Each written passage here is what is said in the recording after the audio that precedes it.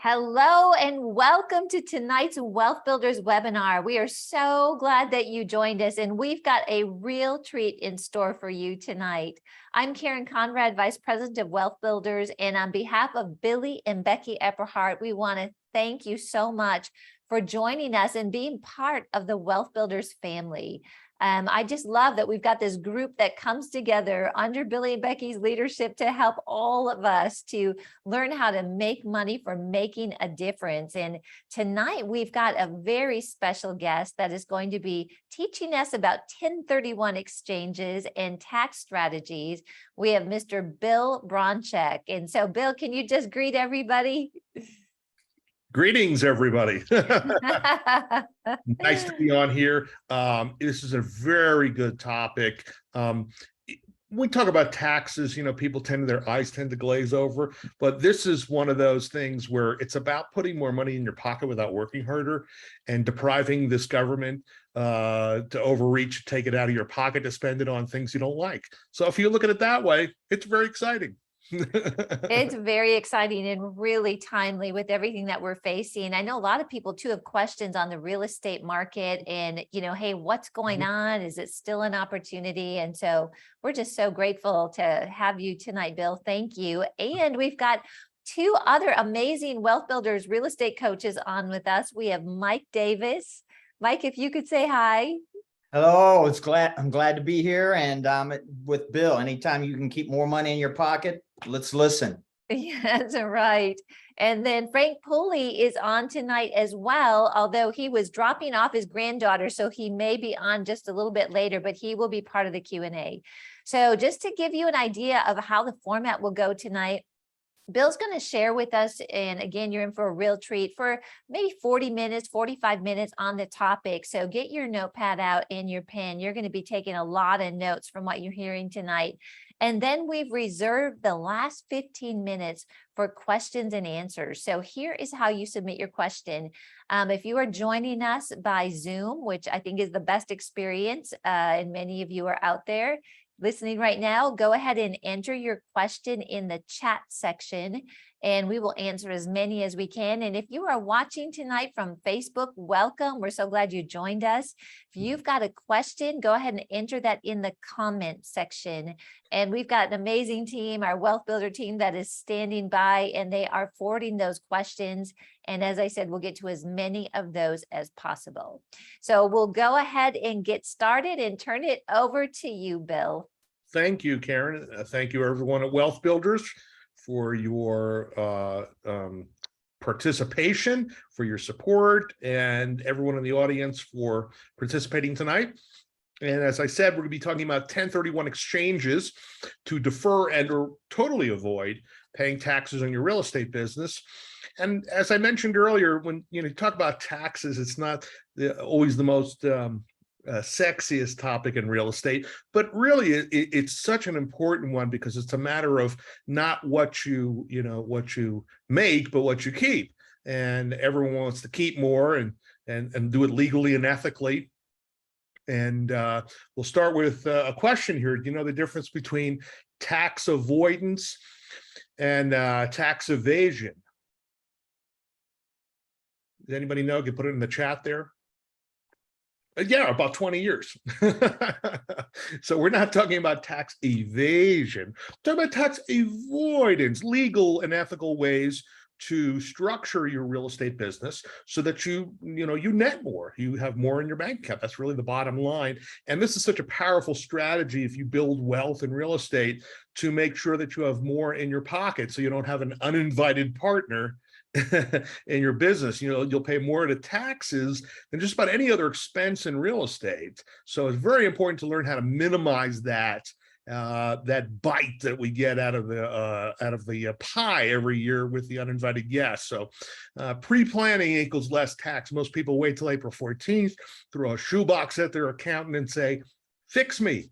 It doesn't work that way. Pre-planning, using professionals like myself to pre-plan what you're doing ahead of time will result in more money in your bank account, net. It's not what you earn, it's what you get to keep. And again, the biggest expense in real estate is going to be taxes. So if you want to minimize that bottom line, that is your bottom line. So why consider a 1031 exchange? And if you're selling, this occurs when you're selling real estate, that is investment real estate. And usually people do it and they sell it, and then after the fact, they get all their numbers together and worry about how much taxes they have to pay. And if you pre-plan properly and use this 1031 exchange, it can be very beneficial. So what it originally came to play was people would exchange one property for another and then not pay taxes. So I have a property, you have a property, and we swap. Then someone came up with the idea of a deferred exchange where we sell a property, park the money, and then buy a replacement. And under the rules of Section 1031 of the Internal Revenue Code, you can do what's called a deferred exchange. On rental property, you get depreciation. And that's a tax deduction that minimizes the amount of tax you pay. So if you have, let's say, $5,000 net a year after paying your expenses and your mortgage, and that's your taxable income, you might have a $10,000 paper deduction for depreciation. And that's great, because then you end up having not only not to pay tax at the end of the year on your net rental income, you get a loss. And a loss can be used to wash other income from another business or profession and get you more money back from the IRS. The only problem, though, with depreciation is it's only a temporary deduction. So let's say you take 10 years of deductions on depreciation, and then you sell your property, you have to do what's called a recapture, meaning pay back the depreciation that you took those 10 years. And this is in addition to any capital gains that you would pay on the sale of the property. So even if you sell the property at a loss or break even or barely a gain, you still have to pay back the depreciation, and that's at 25% rate. So for example, let's say you took $40,000 in depreciation deductions over that 10-year time period, you'd have to pay back $10,000 in tax plus whatever gain on the capital gain you have on the property itself, and whether or not you have one, you still pay that $10,000 in depreciation recapture. Okay, so in an exchange, you get the ability to defer that and the capital gain that you have by doing an exchange in a deferred manner, where you defer paying taxes by rolling your gain into a replacement property might have better cash flow, less management, and a more desirable location as part of your investment goals. And usually people exchange upwards. You can go down, but there's less benefit for a 1031 exchange in that case. So if you buy a property for, let's say, $200,000, and then a few years later you sell it for $400,000, and you'd have a $200,000 taxable gain plus the recapture of depreciation, you can go and turn around and sell it for $400,000 and buy maybe a $600,000 property that's a duplex, and then a few years later sell it for $800,000 and buy a fourplex, and then sell that a number of years later for $1 million and buy a retail strip center. And you just keep going up and up and up and up. And what you're doing is you're deferring the gain. You're rolling what would have been due in taxes into the next property. The bad news is when you sell the next property, you pay the gain from the first sale plus any gain from the second sale, unless you do what? Another exchange. And at the end, what the great thing is, the ultimate payback to the IRS is you die. And if you die, you get to wash that through your estate and wash it clean for your errors. That way you would end up never paying taxes. So remember, a 1031 exchange is normally a deferred gain, not an avoidance, a deferred gain, deferred until you sell that final property without an exchange.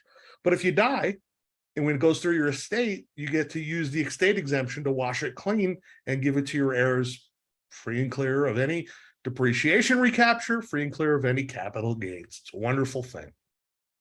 So under this exchange section 1031 of the code, you can roll your profits into more real estate, and it's called a like kind exchange. And what does that mean? It just means any other real estate. So for example, you could sell a house and buy a condo, you could sell a townhome and buy a fourplex, you could sell raw land and buy a multifamily apartment building. It's all real estate. What you cannot do is exchange for an interest in a partnership, for example. So let's say you had a house you sold and you took that money and you wanted to put it in an LLC interest with other people that owns like a commercial building. The interest in the LLC is not real estate. It owns real estate, but the interest you're buying is in the LLC, not in the real estate. Okay.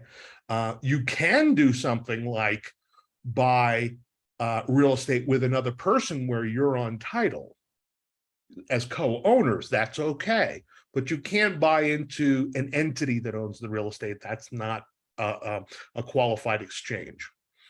So let's back up a little bit, and I want to talk about your basis in a property. What does tax basis mean? Basis is generally the amount of your capital investment. That's generally your purchase price, and plus any capital improvements that you've made. A capital improvement is a long-term improvement, such as a roof, such as a garage, something that has that you're not deducting in that year, like an ordinary expense. So it's typically the purchase price plus any long-term improvements. That's your basis. Okay. When you sell a property, the difference between the proceeds of the sale, when I say proceeds, I mean the sales price minus any realtor costs or closing costs, the difference is your gain, your taxable gain. Where people get confused though, let's say you bought it for 200 and that's your basis, and then it went up in value a number of years later and you refinanced it for 300, and then you sold it for 400, and at the sale of 400 you pay off your 300 loan and you got 100 grand. What's your taxable amount? Is it based on that 100 grand? No, it's based on the difference between the 200 you bought it for and the 400 you sold it for. That's your taxable gain, because it's a difference between the sales proceeds and the basis, not the sales proceeds and paying off any liens. Okay, so that's why it's beneficial to roll that into another property. And let me give you an example, just a broad example of a couple of properties I did. This is this nice little beautiful mansion I bought in a kind of mediocre neighborhood back in the 90s. I bought it 0 down with a seller carry for 40 grand. I refinanced it a few years later as it went up in value for 60 grand, and I took out 20. Now my basis is 40 and I owe now 60. Okay, it was worth at that time about 80 or so. But when you refinance, you take money out, that's not taxable. That's just taking your equity out in the form of cash. So there's no taxable event there. Now, when I sell it, if I sold it for 80, my basis is 40, my taxable gain is 40, even though I only receive 20 because I owe 60. But I didn't do that. I sold it for 110 a few years later, and I rolled that into another property under an exchange. I bought an 8-unit building in South Florida and a condo in Colorado, sold the 8-plex 5 years later for 158,000 profit, and rolled that into 2 other houses. Okay. This little beauty over here in Denver looks like 2 double-wide mobile homes stacked on top of one another, built in this, I don't know, 40s or something. I bought 0 down for 60K as well. It was an owner carry deal, so I had no money in either deal to start. Sold it several years later for 110,000, exchanged and bought a house in Boulder, Colorado, held that one for a number of years and sold that for almost 100,000 profit, exchanged that into 3 other houses in the Denver metro area, and then refinanced one of them, took out 75 grand, and then sold one and exchanged it into something else. Now, I'm not expecting you to follow all the math here or all the deals, but the bottom line is, over a 18-year or so period, the gross value of those properties that I had finally held after all those exchanges was almost 1.2 million, with equity of almost 800,000. And I had taken 20 grand out of the one house in a refi and 75 out of the other one in a refi. So I took out cash in refi, tax-free money of 95. And I have $788,000 in equity, all starting with 2 little junkers worth a total of 100 grand that I had no money in. And the point is, obviously it takes a long time to get to this place, but you got to start somewhere.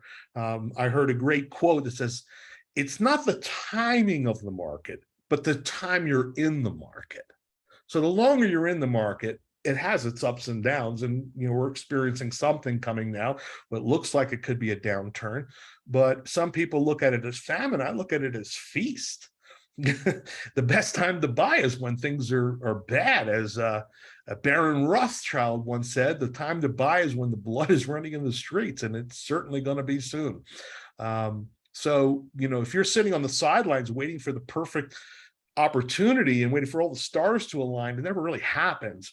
The best thing to do is just to start where you are and work the market the way it is. And the longer you're in, there'll be ups and downs in the short term, but in the long term, it always goes up. This past weekend, I was in New York. Unfortunately, I was visiting a funeral of a good friend of mine that I grew up with. But while I was there, I got to look at my house I grew up in when I was little. I lived in from age, I think 5 to 12. My parents bought that house in Long Island in 1969 for about $50,000. I did some comps on it now.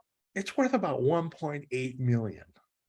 How many of you out there would love to buy the house that you grew up in, that your parents owned, for the price they paid for it now? Of course, right? Even at basic inflation, 50 grand now is worth about 350. So 6 times that, 1.8 million. It did pretty darn well. And were there crashes? Yeah, there were crashes in the 80s, in the 90s, in the 2000s, and there may be even one coming up soon. But it won't matter 10 years from now. It won't matter 15 years from now. So the power of exchanging is starting where you are and moving up and up and up and not paying any taxes in the meantime really gets you velocity on your investment. Now, the rules are a little stringent on 1031 exchanges, and I don't want to get too far into the weeds, but you must complete your exchange within 180 days, meaning you sell property A, and you must close on property B within 180 days of the first closing. Now, does that mean, now that's 6 months. I mean, that's not hard to do to get a closing, but the tricky part is the exchange properties, and you must be identified, mean picked out and stuck to those picks within 45 days of the sale of that property A. Now, you have to identify them in writing. I'll get to whom in a little bit. And you can identify up to 3 properties. Now, you don't have to close on all 3. You can close on any one of them, or all 3 of them, or 2 of them. It doesn't really matter. Now, you can identify more than 3, but the rules get really complex there. But just say, for all intents and purposes, you can identify 3 properties within 45 days. Now, that's the tricky part. You got to find 3 potential deals that you have 6 months to close on, but you have to identify 3 potentials within 45 days. Now, that sounds really tight, but the reality is you could be looking the minute you put your property up for sale in the first place, or a minute you have it under contract for sale. So that's really another month. So you have 2.5 months effectively in a real scenario to identify some properties that you would replace the sale property with. And that's, that may mean you're not going to get a super deal on the replacement property, but on the replacement property, if you don't have to pay tax on the first one, it may be worth it. Now, sometimes an exchange is not worth it. Sometimes it's not worth it. If your gain is only 50,000 and at a 20% capital gain rate, that's a $10,000 tax, it may not be worth it. Because if your replacement deal is a mediocre deal, maybe it's better to pay $10,000 in taxes on the first property and get a $30,000 discount on your replacement property, right? So it's not always an advisable thing to do. But if you're looking at a property you've owned a long time and has had substantial appreciation, where you may end up paying $40,000, $50,000, $60,000 in capital gains tax, yeah, it's worth it, even if the replacement property is a mediocre deal. Because if you're exchanging upwards, meaning up in value, up in equity, then you're doing better. Okay, so you have, remember, the basic two rules, and there are some other little fine ones, but the big two rules are: you have 45 days from the sale of your first property to name up to 3 potentials to replace it, and you have up to 6 months from the sale of the first property to actually close them. Okay. Now, there are some more rules. And first of all, in order to qualify for an exchange, the property you're selling must have been held for productive use or investment. What does that mean? Usually that means it's been an income property. Now, it doesn't have to be. It doesn't have to be. If you bought property for appreciation, like a piece of land, and held it for several years, that would qualify.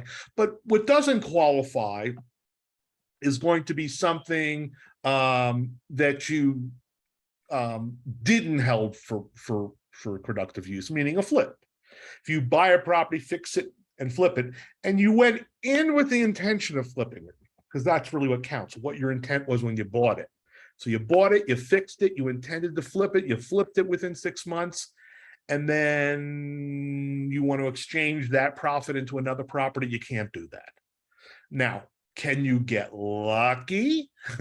Can you buy a property, fix it up with the intent to rent it, and oh my gosh, someone offered me a super deal and I took it instead. I really intended to rent it, but someone made me an offer I couldn't refuse, so I want to exchange that. You could probably get away with that once, but you don't get that lucky 10 times a year, so don't even try it. Also, your primary residence too, that doesn't really count. And again, it must be exchanged for a like-kind asset. So real estate for real estate, anything qualifies. As long as it's a piece of real estate, it is a piece of real estate. Okay, so residential, commercial, condo, townhome, multifamily, single family, raw land, it's all real estate and it all qualifies. Okay. Now, I bet some of this sounds a little complicated. And in fact, I'll be the first to admit that it is fairly complicated. But the good news is that help comes from the form of a qualified intermediary, or a QI, a qualified intermediary. What is that? A qualified intermediary for your exchange is someone who is going to hold the funds from the first sale of the property and then give it back to you for the purchase of the replacement property. Now, it doesn't work exactly like that. I don't want to get too far in the weeds again, but the important thing to note is you must set this up with a qualified intermediary prior to the closing of the sale of the first property. So you can't sell it and then say, you know what, I don't, and you receive the funds in your hand and say, I want to now do an exchange. It's too late. This must be set up with a qualified intermediary, and the IRS defines who it qualifies as one. There are companies that do this. There are many companies that do this, anywhere from law firms, CPA firms, to title companies have them too. So what you do is you sell the first property, you park the money with a qualified intermediary. You identify your replacement, you let them know that's who you identify it with in writing, the 45-day rule. And then they will fund your money from the first sale for the purchase of the replacement property. And it's very, very, very stringent rule, and it's very technical. So don't try this without a qualified intermediary. And it can't be you, your buddy, your uncle, your CPA, or your attorney. It's got to be a completely independent firm. And my only advice is if you're going to pick a qualified intermediary, and their fees aren't tremendous, we're looking at probably, depending on the size of the exchange, for a single family house, maybe $900, $1,000 to $1,200 to save $40,000 in taxes. It's worth it. But if you have any questions about the process and the technicalities and the paperwork, the QI will walk you through everything. So you don't have to be, rely on this little summary I'm going over to figure out 1031 of the code and read it all, because it's very long and it's very detailed. And there's a lot of court decisions and administrative rules around it. So don't try to figure it out yourself. Use a qualified professional to do this and advise you through the exchange. Okay. All right. So going over the 8 steps, in the big picture of it. First, you're going to sell the property. We call that the relinquished property. The gains from that sale don't go to you, but they go directly from the closing agent, the title company or attorney closing it, to the qualified intermediary. Step 3 is we identify a like-kind property within 45 days of the closing. We have to send a letter in writing or an email in writing, depending on what their rules are. You can't change that. That's ironclad. Number 5, you're going to negotiate with the seller of one of those 3 properties, agree on a sales price, and then have your intermediary wire those funds to the title holder of that property you're replacing it with, or the title company you're closing with. And there's a form called 8824, which your CPA will fill out and identify to the IRS that you have exchanged it and you don't owe any depreciation recapture at this time or any capital gain at this time. It is rolled into the next property. Like I said, when you sell the next property, you 2 sets of gains to pay from the first one and the second one, unless you do another exchange. And the only way really out of this mess, there's 2 major ways out of the mess. And I say it's a mess because if you rolled it 3 and 4 times, it could be a lot due in the sale of the last property. There's basically 2 options. One, you move into it. The last property is in exchange for a 10,000 square foot mansion in Key West. You Airbnb it for a year and then you move into it.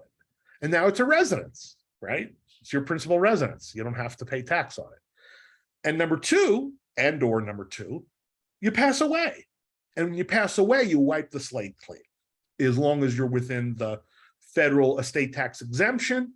If there's $1 million due under all this from everything you've done over the years, and you're within, you have $1 million of your exclusion left on your estate, you wipe that clean and your heirs inherit it free of any depreciation, free of any capital gains. Okay. All right. Why don't we take a few questions? But before we do, I'm going to hand it off to Karen for a moment to tell you about, by the way, we have a real estate workshop coming up, which I'll be speaking at. We'll be covering this topic and many, many, many, many more on investments. So let's tell everyone a little bit about that, and then we'll take some Q&A. Yeah, that's great, Bill. We do have a real estate workshop that is coming up October 14th through the 16th. And I want to encourage you, if you want to attend this in person, register now, because we have only a very few amount of tickets left. As a matter of fact, I extended the number of people that we are allowing to register for it in person. But we also have a live stream that people can attend and watch the conference. And we really engage you. You're able to take part in the Q&A, and you're able to watch it for 3 weeks after the event. So if you'd like to know more about this, or you want to get registered, which I would encourage you to do, it's over 20 hours of real estate teaching, and Billy teaches a good portion of it. Go to wealthbuilders.org/event and get registered so we can get your seat reserved. So thank you so much for that, Bill. I also Sure. just wanted to give a moment for our coaches that are on to be able to comment on the 1031s. And so, Mike, I'm just going to pitch it over to you to just give us some insight on what you heard with Bill teaching about.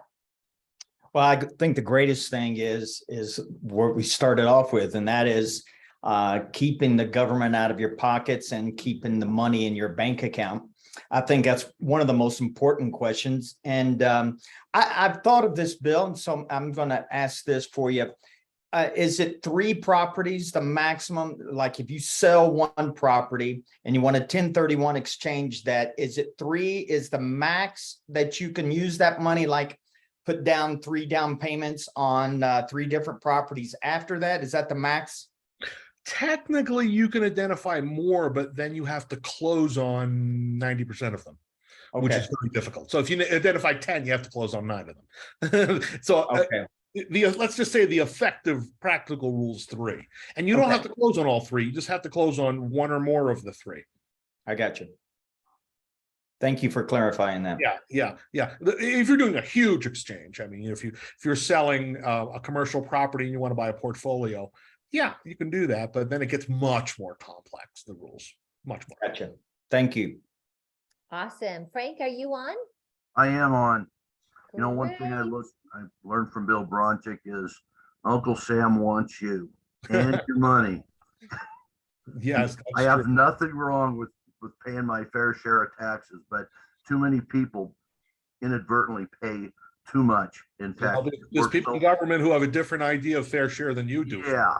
So. And you work so hard and you take a bit of risk for your investment money. Yeah. Why not keep as much as you can? And the final thing is, as Christians, we're looking at generational wealth.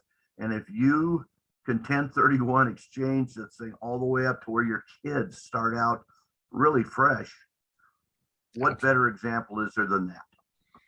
Right. What a shame if your kids had to sell off half of your portfolio to pay for estate tax. Oh yeah.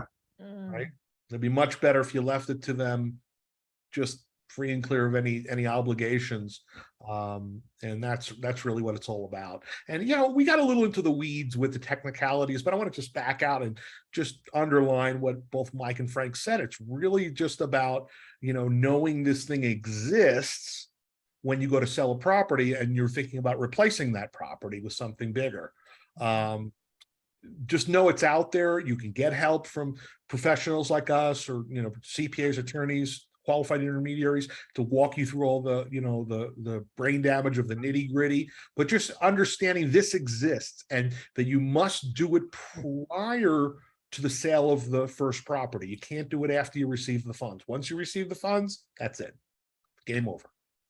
Hey, Bill, what is the federal limit on estate tax now? It's about 12 million, give or take. It keeps getting adjusted for inflation each year. So for a couple, it's you know, just about 12 million. So if your estate at this point is worth 6, you've got 6 left. And if you're going to wash 2 million through your estate with this, you're good.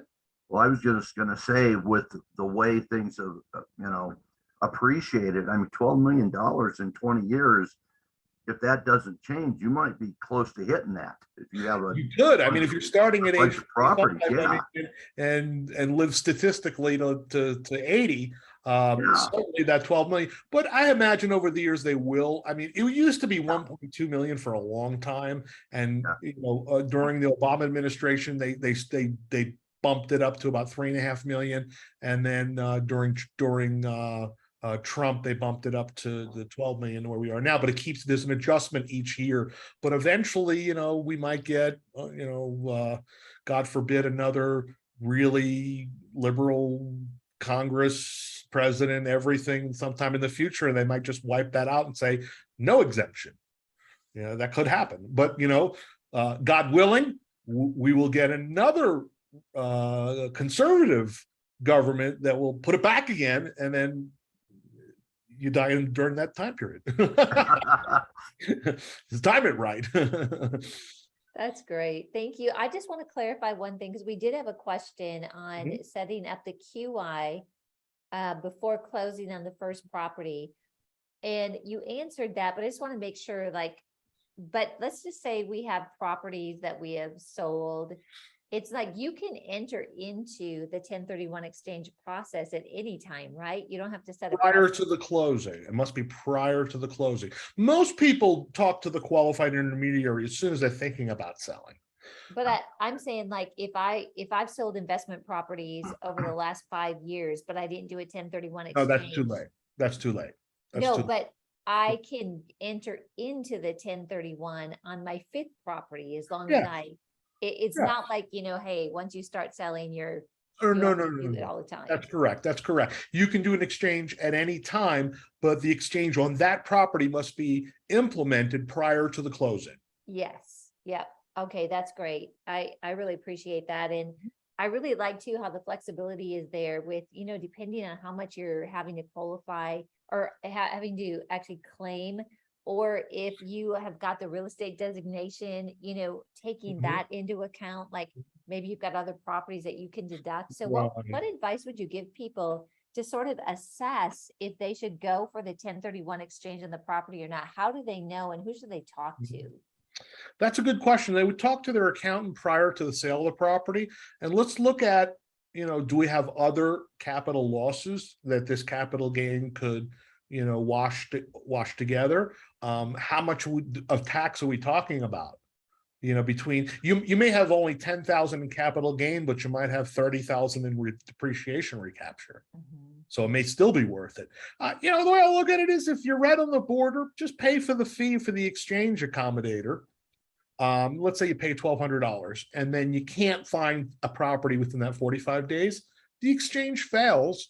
You're out $1,200 and you pay your taxes. You don't go to jail if the exchange fails and you don't identify your 3 properties in 45 days. The exchange doesn't work, and then you pay taxes as if you didn't do it in the first place. So that's great. And worth a try. Bill, you're so knowledgeable on taxes. If, let's say, someone has got stock and they've got real estate and they can claim a lot of losses on real estate, does that carry over to offset their capital gains on stocks? Yes. A capital loss is a capital loss. So if you sold stock at, which is a capital asset that you held more than a year, and you had a $40,000 loss, and now you have a $40,000 capital gain in real estate, one could potentially offset the other. Okay, what about W-2 income? Does it offset that? No, a capital gain offsets a capital loss and vice versa. That's really helpful, because sometimes we try to figure out, like, what bucket do things go in, and that's really important to remember too, that there's only a certain kind of category of loss that actually can offset your real estate gain. So operating losses offset operating income or earned income. So for example, if you had rental real estate and you were materially participating in it, that's the rule, meaning you're managing it or managing the manager, and you had, at the end of the year, you had a loss because you took depreciation. That's an operating loss, essentially. And then if you have W-2 income, you can wash against that, or income from another business. But a capital, I'll give you an example. I sold a property last year, not last year, 2020, when was that? 2021. It was 2021 I sold it. I had a capital gain. I had depreciation recapture, not much, because it was a condo, and a small one at that. But I had a pretty big capital gain, but I had rental losses from my other properties. So at the end of the year, I got a K1 from my entity. So I'm going to be able to wash my W-2 with that, but the capital gain, I still have to pay taxes on. Wow. Even though the entity overall lost money, it had a capital gain that passed through. Very good. Thank you. We do have several questions, and so I'm going to go through some of these. We'll answer as many as we can. This is from Fran Gorham. Fran, welcome. We're so grateful for your questions. We've got a couple from you here. Fran says, who have you used as a A QI. Is it QI or Q1? I'm sorry, I said Q1. QI, qualified intermediary. Yes, title company. And sometimes they're CPA. they're referred to as exchange accommodators. So if you see that language, it's the same thing. Same thing. And he says, do you just start calling around to find one, or do you have a recommendation? You know, the one I've used is 1031x.com, and whether you use them or not, they're a great source of information about the process. 1031x.com. It's important to know to ask questions, because there have been situations where exchange accommodators took the money and then went out of business. So they got to be big enough, and they got to make sure it's in a separate account, insured, you know, by the FDIC. They're big enough that they're reputable, and look around, ask for references, Google them, and so forth, see how long they've been in business. So someone like Stewart Title does it, but the service of the level of quality of service that you're going to get from them. I don't know what happened to my video. Just dropped out. Can you hear me still? Oh, there we go. Now, Ed, we can Okay. see you. No, it just dropped out for a second. Someone like Stewart Title or First American Title, you know, very reputable. They're not going to go out of business, but you might not get the level of service that you would get from someone like 1031x.com. And they've been in business for a long time. There are many others out there that are very good. Okay. It's just a matter of, you know, interviewing them and making sure that your money is safe, and, you know, that they have the level of experience and knowledge, and you have access to them for questions. That's awesome. Thank you so much. And then Fran, as a follow-up question, he said, then he said you can move into the 1031 exchange home, then no capital gains tax. So do you need to live in it for how long not to pay capital gains? What's the requirement? Well, if you sell that property, you're not completely exempt. You get that 250-500 exemption as a principal residence, okay, under the Internal Revenue Code. So you'd have to live there 2 years out of 5 to qualify for the 121 exclusion. But if you just move into it, that event doesn't trigger anything.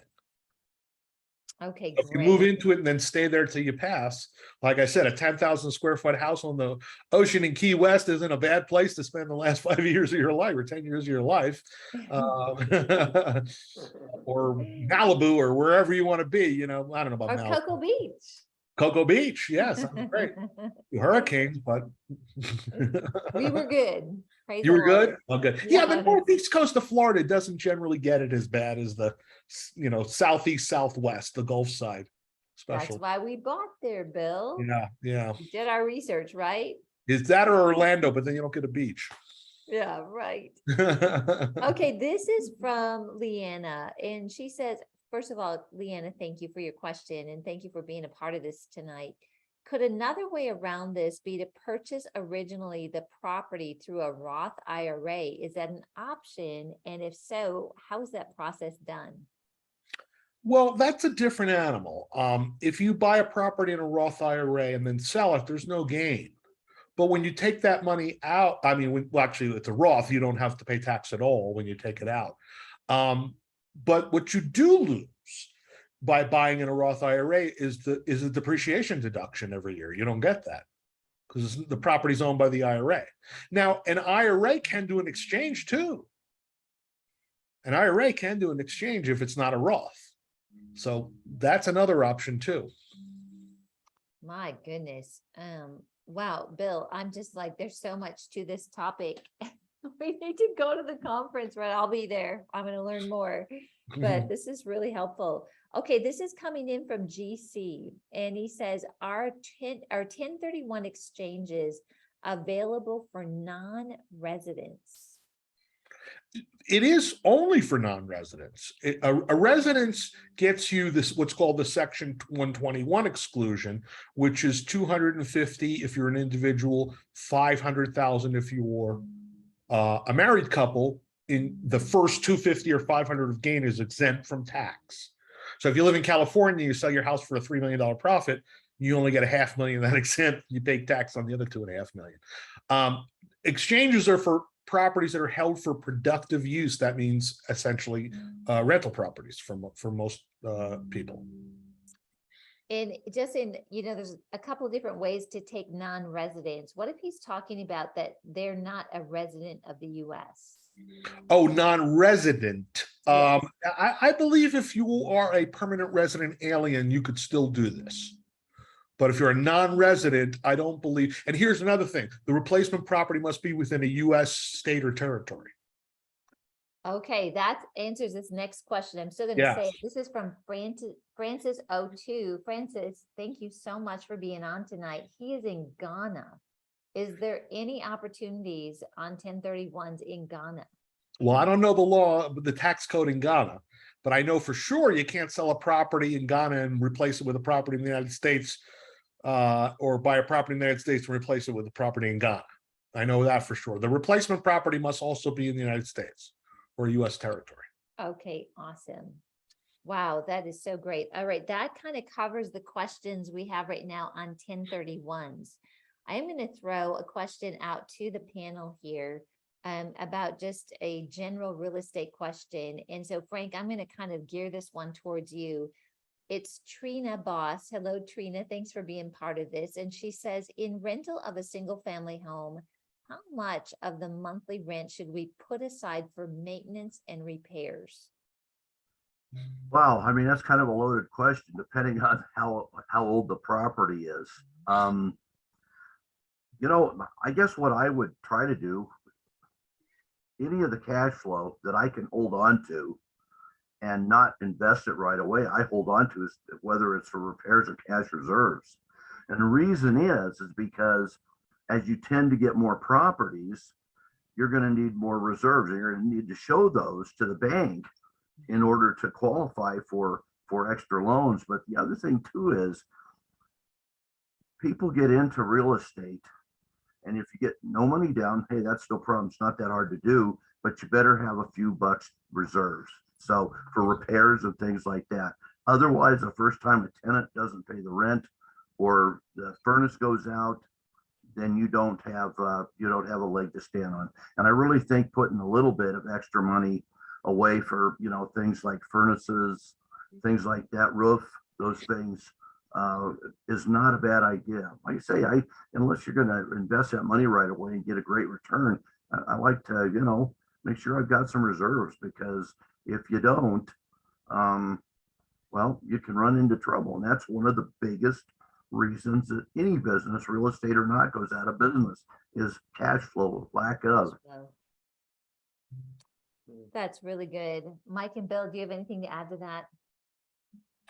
I think what Frank said, though, you just have to consider how old your roof is. We know that roofs usually last 20 years. Of course, there's not a roof in the state of Colorado that's 20 years old because of the hail we get. But, if you live in a state, that you don't get as much hail, you want to make sure that if your furnace is older than 20 years, you need to have reserves to cover that. If your roof's getting close to 20 years, you need to have money to cover that. The next big thing, is flooring and the hot water heater, things like that are really, really old. But I mean, if you got a house a rental that's only 3 years old, I mean, you don't have to have, $30,000 in cash reserves to cover things in that rental. Yeah, that's really good. Very good point. If the roof, let's say, is a $10,000 replacement, and you've only got 5 years left, you should be saving up 5 years divided by 2,000 a year. You should be saving up that much money, whether it's a single family or a multifamily. You just got to look at the useful life and have that repair reserve on hand. And another thing, a lot of people ask me, the standard is 20% down on a rental property to get a loan. And people say, well, what if I put 50% down, and that way I'll have more cash flow and less likely to have negative? Well, if 50% down is your last dime, you could still have a vacancy or a sudden repair and be in trouble unless you've got that reserve. So I would rather see someone, instead of putting 50% down, putting some of that in the bank for a rainy day, and or doing improvements to the property that bring in more cash flow and less likely to break. So for example, if you're going to put all new windows in the place, that makes it more efficient, makes it prettier. You might get a little more rent or build a garage. or just replace the garage with a newer garage if it's detached. That's a less chance of it breaking, but also more cash flow. That's really awesome. And I think it's a different way of thinking. Billy talks about this. Dave Ramsey talks a lot about getting out of debt, and, that's great. Get out of debt. But there are times like what you're saying that you leverage debt Yes. in a way that helps you with long term. And I really like how you set this up, Bill. Like when you look at the long term and sharing the story of how your parents bought that property for like $50,000 and today it's worth $1 million. There's probably some things along the way that they had to fix on that property where if they were like, or maybe they sold it, but people had to fix. But really, look what they would have given up, or people would have given up with that appreciation if they would have bailed because, oh, no, I've got to be out of debt or at a certain amount of, debt or loan to value. Yeah, they did end up selling it, but the point was, over that period of time, it appreciated at 6 times the rate of inflation. And there were 3 or 4 crashes in the meantime. So I think that is so key. And everyone, like, this is the stuff that we're going to be digging into at the real estate workshop. This is the stuff that you don't really always hear about or know about until you're able to get in and get immersed in real estate. And it is a long-term proposition. It is generational, like Frank was saying. But if people get into fear, which the media, the government, so many people are trying to get us in fear right now, you're going to miss the opportunity that is before us. And Bill, you made a great point with that. So just how do we get positioned for this? How do we stay out of fear? You stay out of fear, first of all, faith in God, but also you gain knowledge and wisdom. And, history is a great teacher. And what Bill has shown us tonight is he's gone through some historical perspective that really allows you to look at real estate and understand that, even in the little ups and downs, real estate has been a consistent appreciator and great investment. And that's why we all love real estate, right, guys? That's right. I said it's feast or famine, but who made money in the famine in the biblical story? Joseph. Yes, and in the Great Depression. Right. So sometimes there's just as much opportunity. And it's more, I think of what's coming as a feast, not a famine. That is a great perspective. It certainly is not the perspective that we are hearing the media try to tell us right now. And so anyway, this is wisdom, this is knowledge. And thanks so much, Bill and team, and all of you for being a part of this. Again, if you want to be part of this real estate workshop, if you have a desire to invest in real estate and you have a heart for God, we teach everything from a kingdom perspective. Be a part of this. This is over 20 sessions of teaching. And if you're on the live stream, you get to watch it for 3 weeks after the event. We've got the USB available that you can watch it over and over. If you can come be a part of it, it's just hard to describe, isn't it, guys, what it's like to be in person. We get to talk to you. We get to connect with you. It is something very, very special. Billy says it's like, the people that hear this sound, right? So whatever way you can be a part of this, we encourage you to do so. And again, I just want to pass on Billy and Becky's love for you. They appreciate you so much. God bless you and have an amazing night. Thank you. Thank you. Take care. Thank you.